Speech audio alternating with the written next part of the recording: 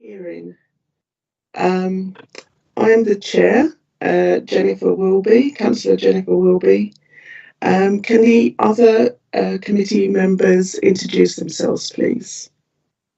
Thank you, Chair. Councillor Kay Isa, Waltham Forest Council for Chilford Green Ward. Okay, thank you, Kay. Morning. My name's Richard Sweden and I'm a councillor for Wood Street Ward. Okay, thank you. And the officers? Can you start with Jenny? Morning all, Jenny Richards, Democratic Services Officer. I'm one of the clerks to the committee today. Okay, thank you. My name is Chris Foxton. I stream this morning. Okay, thank you. Good morning all. My name is Sherman Xavier. I'm the Licensing Enforcement Officer and I'll be presenting the report. Okay, thank you.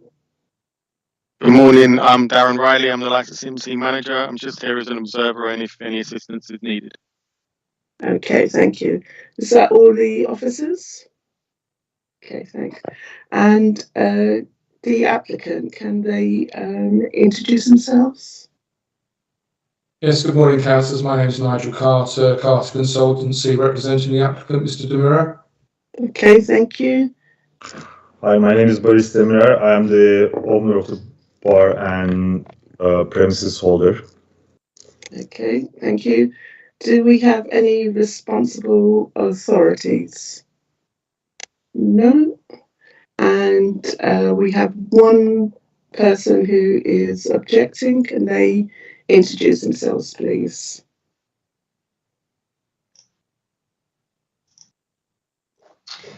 Good morning, everyone. I'm Joshua Buckland, or Josh Buckland, objecting to the current application. And thank you for the time today. Okay, thank you. Right, that's everyone has. Councillor Wilby, sorry, yeah. we also have our legal advisor, Michael Rhymes, on the call. Okay. Apologies, sorry, that was my fault for not jumping in. So I'm going to be the legal advisor to the committee. Just to be clear, I'll be giving them legal advice on the application in private afterwards, but I take no role in the decision whether to grant or refuse the application. Okay, thank you, Michael. Right. Okay, so everyone is now introduced. Can the committee lawyer outline the procedures, please?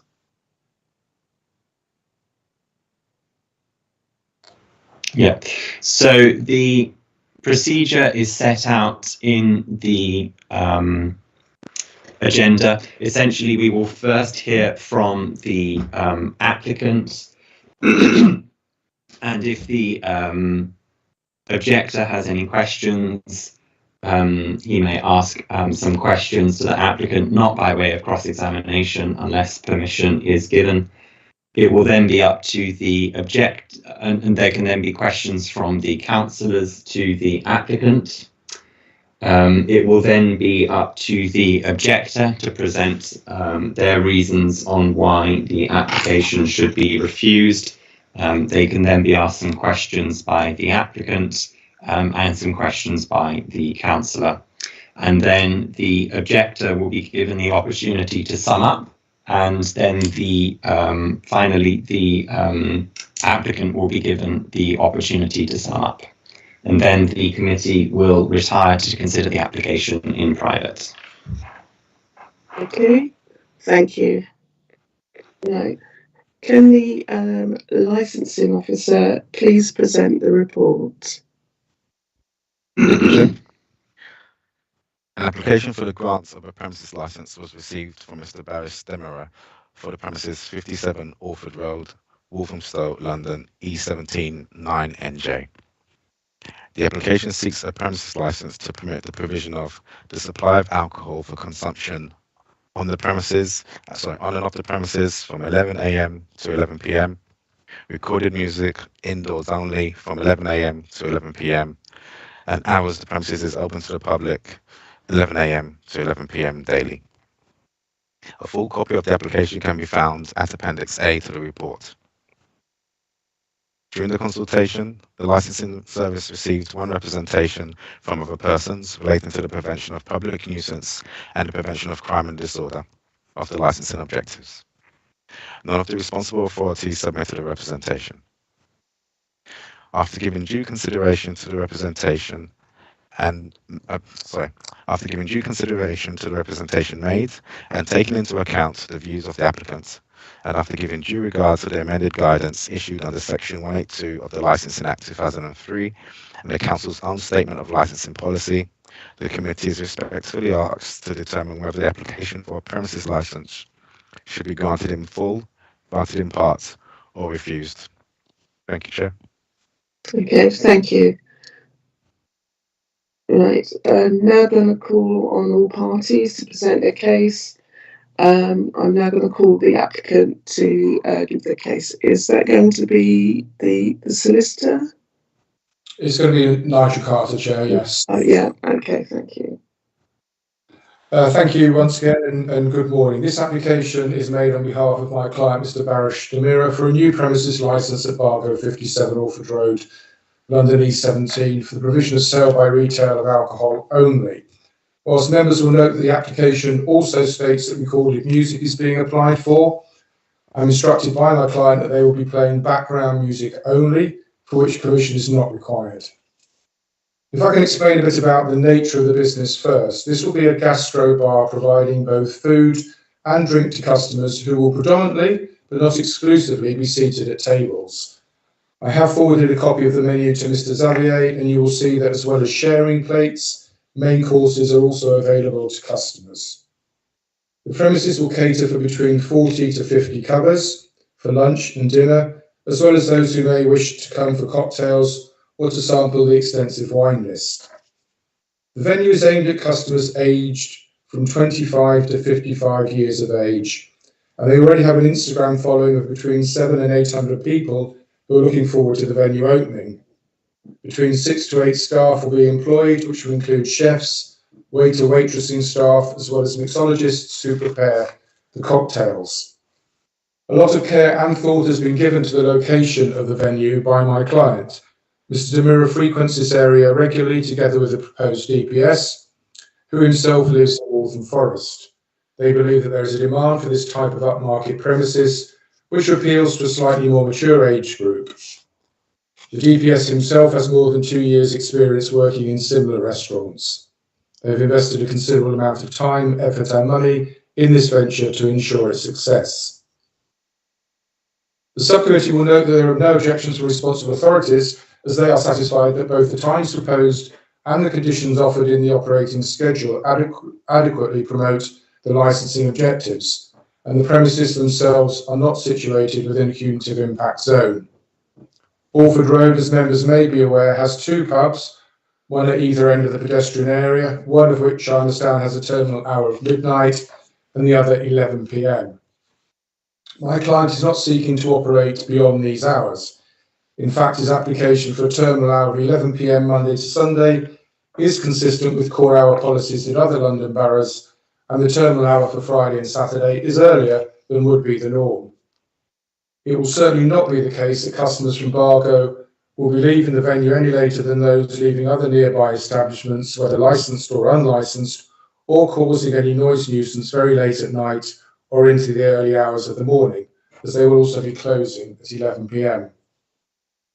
The only objection, as you've heard, to this application comes from the resident, Mr. Buckland, who I believe lives next door to Bargo, although I might be mistaken, and his objections relate to a possible increase in public nuisance and crime and disorder as a result of people leaving the premises. He also has concerns in relation to the off-sales of alcohol. But I can say at this stage, this is being applied for in the event that my client may wish to provide meals through Deliveroo or Just Eat at a later date. People will not be able to walk in and buy alcohol for consumption off the premises in the same way as you would from an off-licence. Mr. Buckland also refers to the close proximity of the venue to residential properties, including his property next door and upstairs flats and other neighbouring properties in Orford Road, yet no other objections from residents have been received. My client has installed insulation between the venue and the flats above, as well as increased fire protection. and the shared wall with the next door house is adjacent to the stairwell, with another door leading into the restaurant. To the rear of the venue, the wall is adjacent to the back garden. It's possible that Mr. Buckland's concerns stem from the inclusion of recorded music on the premises licence application, but I can assure him that the music will be background only, or that which is authorised by the Live Music Act, and will not intrude on his enjoyment of his own home. There have been concerns raised in relation to the rear garden of the premises, but I can say firstly, the garden is not allowed to be used by customers as a condition of the current planning permission, so any concerns of noise nuisance from the garden can be dismissed. And secondly, there will be no shisha smoking at the premises, either to the front or the rear of the venue.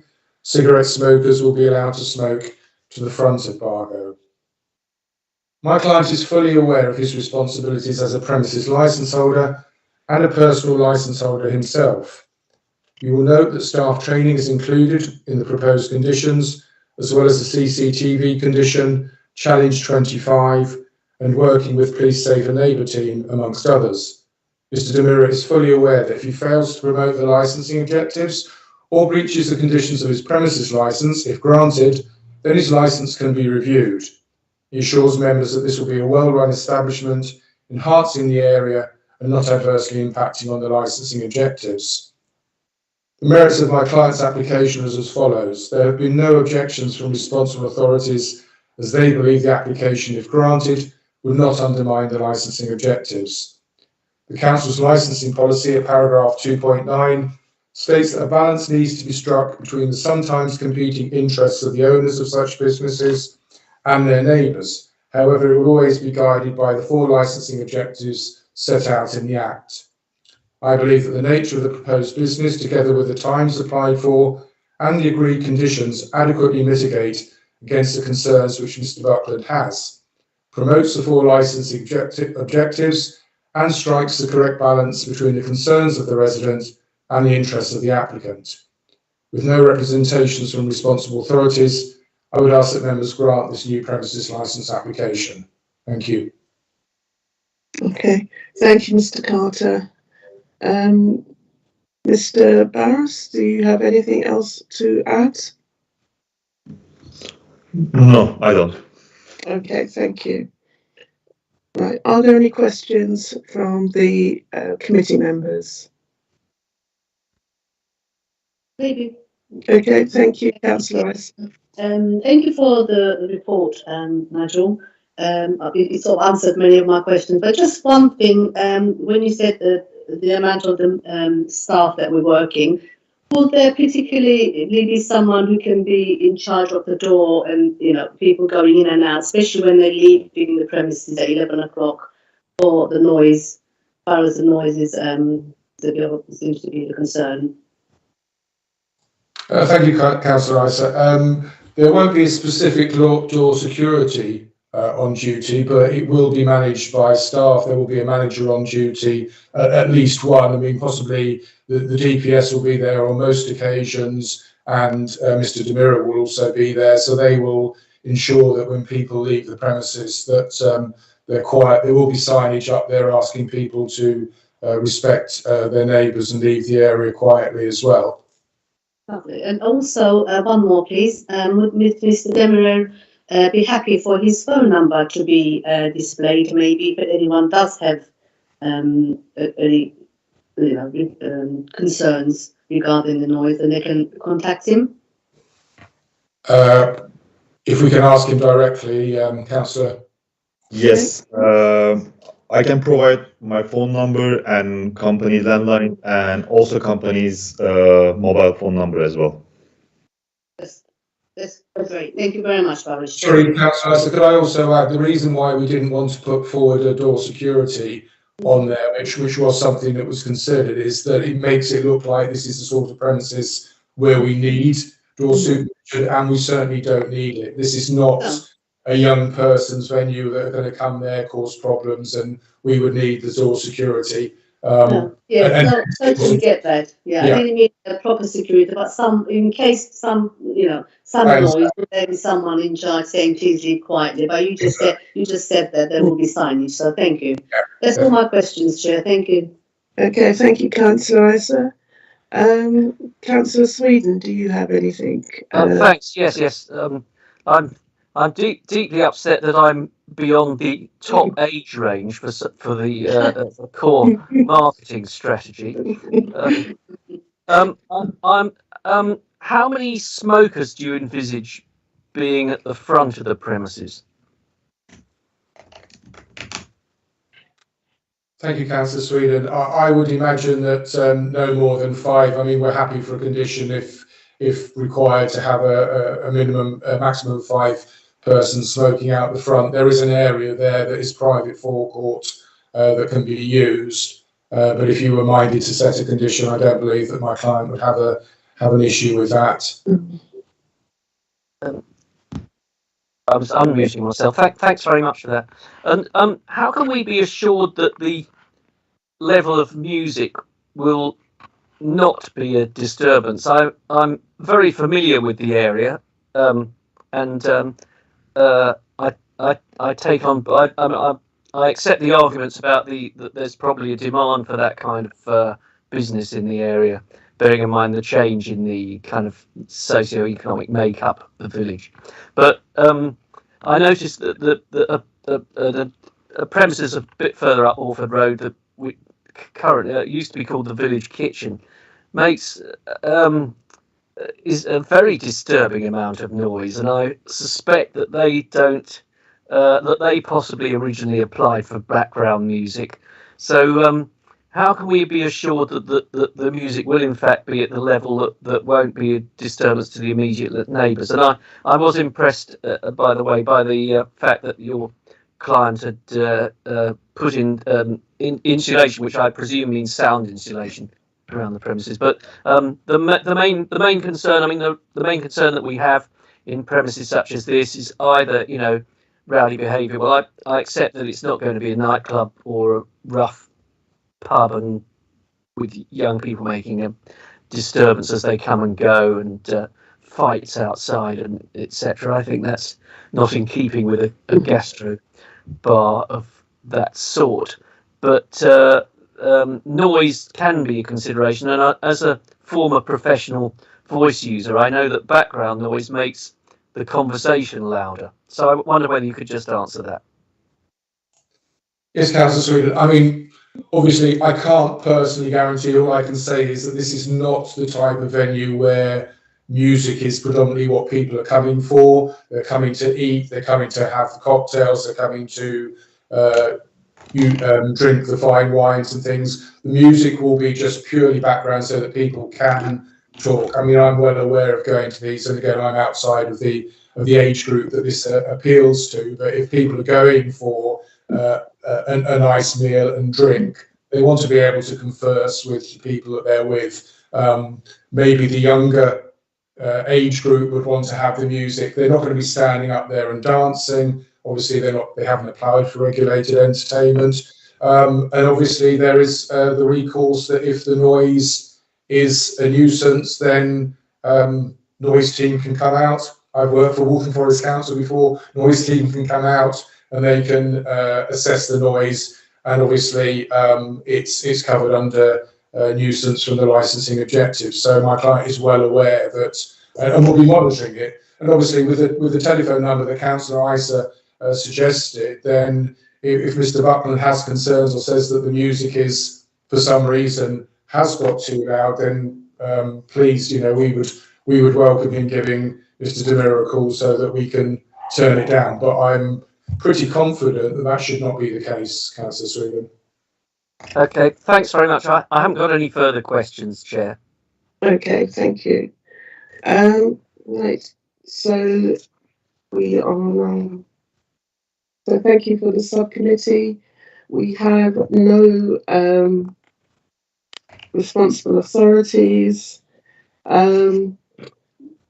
Does Mr. Buckland have any questions for the applicant?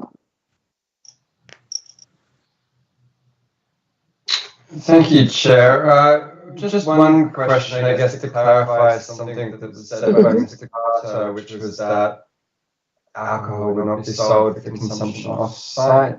I just wanted to clarify that because I believe the application was for the sale of alcohol for consumption both on-site and off-site. Okay, can you clarify that, Mr. Carter? Certainly, Mr. Buckland, I apologise if I didn't make it clear. This is not going to be operated as an off-licence in the same way as an off-licence premises would. But if my client decides, and it's a possibility to do delivery of food and drink, then that would require the off-sales part of the licence, and that's what it's there for. It isn't for people to come in, buy a bottle of wine or anything else, to leave the premises and then drink it. So that's the nature of the off-sales on it. Okay. Are you satisfied with that, Mr. Buckland? Yes, thank you. Okay, thank you. Right, so thank you, Mr. Carter and Mr. Baris, for your presentation. We have no responsible authorities, so we will go straight to the other party, which is Mr. Buckland. Can you give your presentation of your case, please? Thank you, Chair, and thank you, everyone, for the time today to hear out my objection. I don't have a great deal to add beyond what was outlined in the written objection.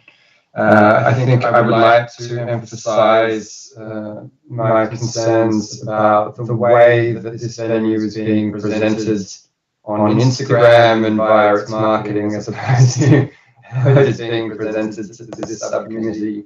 I think it's quite clear from the marketing efforts that the focus is very much on this venue as a cocktail bar. The one Instagram post for the venue and the logo for the venue is a large cocktail glass, a martini glass, I believe, and it's being described first and foremost as a cocktail bar. The applicant's representative has also clarified that they intend, out of the 5 or 6 staff they wish to employ at the venue, to hire up to 2 mixologists specifically dedicated to making cocktails, and I think that reflects the focus on the venue being first and foremost the service of alcohol, as opposed to food. So I just wanted to highlight that as the nature of what is under consideration. In terms of my concerns, I guess I can explain as well what I'm not concerned about. I'm not concerned about the need for door security. I think I agree with what Mr. Carter said about that being a hindrance rather than a help in terms of the way that it might be perceived, and the sort of people who might be attracted to a venue with a bouncer at the front as opposed to one without. So no, nothing contrary from me in that regard. I wasn't ever concerned about the use of the garden or shisha smoking. Those weren't part of my written objection, and I understand they're not contemplated or not permitted under the terms of the planning. So that was not ever a focus for me. The focus really was, as stated in the written objection, about the potential, given the focus of this as a cocktail bar, for flooding the streets of the local Waltham village area with 40 to 50 intoxicated patrons at 11 o'clock at night, every single night of the week, Monday, Tuesday, Wednesday, Sunday.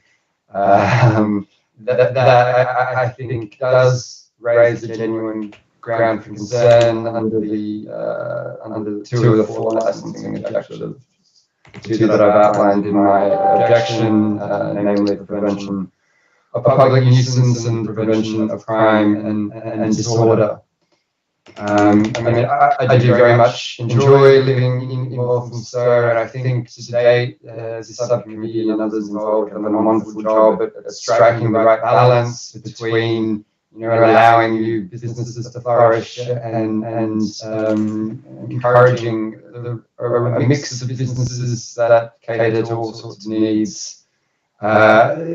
My concern is that this premises goes a step too far as it's currently contemplated, and would have very clear ramifications for people living nearby. Not just me, although obviously I do live close to the venue and I'm more likely to be affected than others, but really nature of this area is that you need to walk some distance, in most cases get to a bus stop or to the tube, in particular the tube in the overground at Waltham so Central. So at the very least you would expect people walking to their nearby homes or back to the tube, the overground would be causing nuisance in the form of loud talking at very least, and potentially more depending on how much they've had to drink on a given evening. If you did decide that it was appropriate nonetheless to grant a license of some kind, notwithstanding the points that are outlined in my objection in front of you here today, I would just ask that you do please give some consideration to any conditions that you might impose on the license that could minimise the concerns that I'm expressing. And those conditions could include limiting the hours of operation. I think that it is pointed out that there have been some other neighbouring venues that do operate similar hours, although I would point out that not all neighbouring venues are in fact opening to their full permitted extent. For instance, there is already a cocktail bar across the road. It's called E17 Bar and Restaurant and has a very extensive cocktail menu. I think they've just revamped it for the month of October, in fact. And it opens for reduced hours compared to what is proposed here. I think it only stays open until 9:30 on Friday, 9:30 on Saturday. And they may be permitted to operate longer, but in terms of what they're contributing to the mix of venues in the area currently, based on the hours they're actually operating, it is not until 11 p.m. Apart from the hours, I think other potential conditions that I would ask you to please consider imposing would include a limit on smoking in front of the venue, as has been suggested already. I think that would be prudent and would again reduce the scope for public nuisance in terms of a large crowd of smokers gathered outside the front of the venue. I think that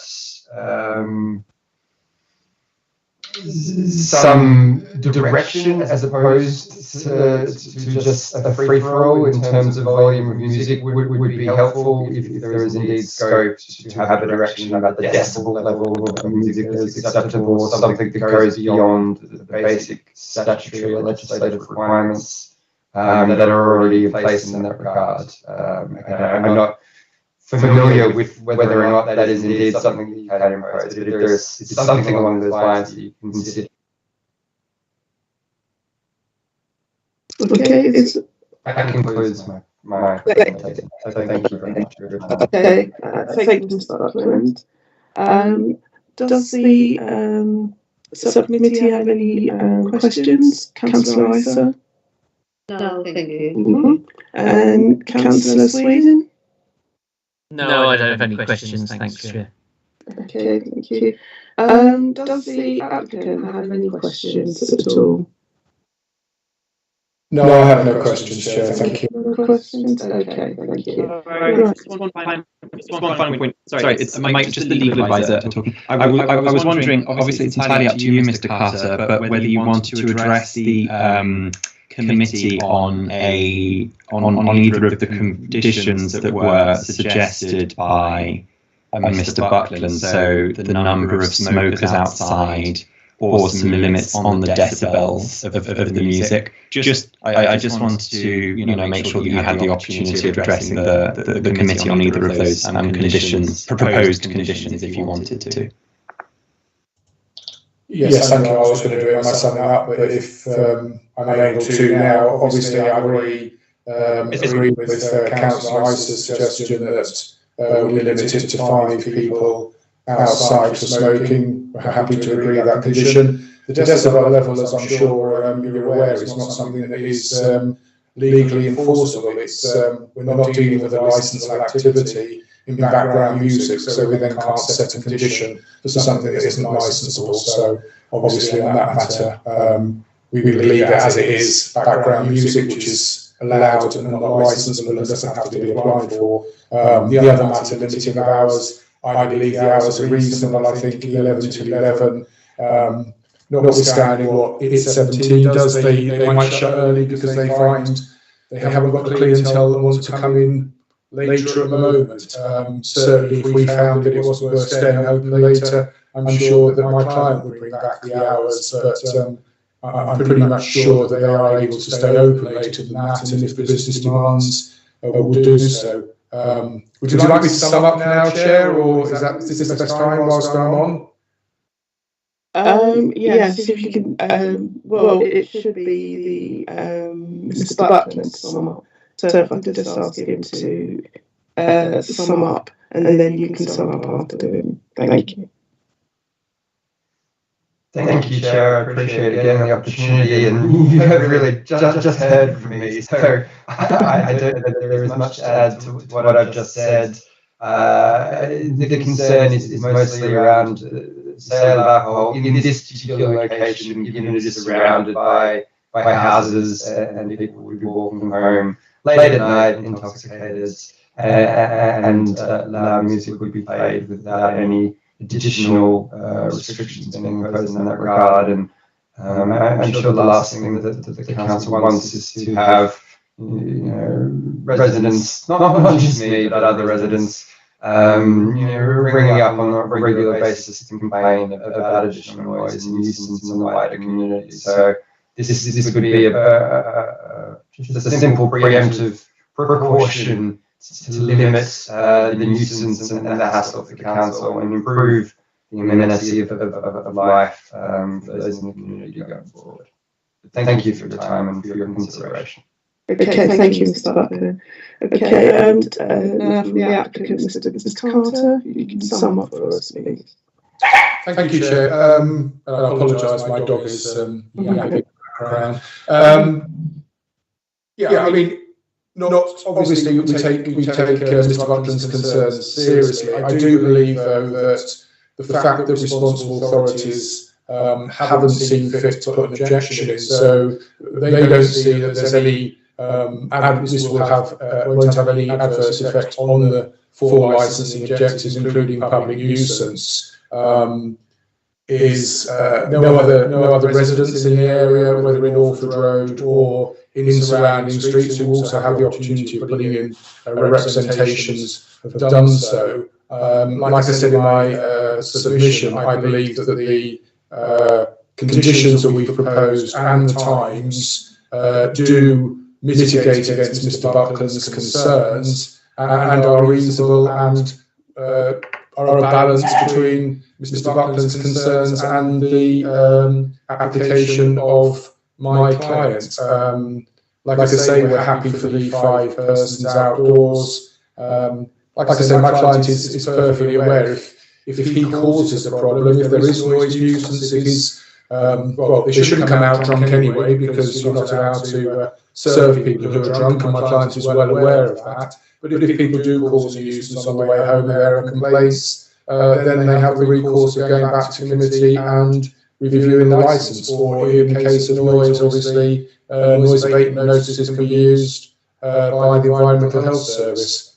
This is not the type of premises that will cause a nuisance or adversely affect the licensing objectives. That's what I have to say, Chair. Thank you. Okay, thank you. Right. The subcommittee now will retire to make its decision. Thank you.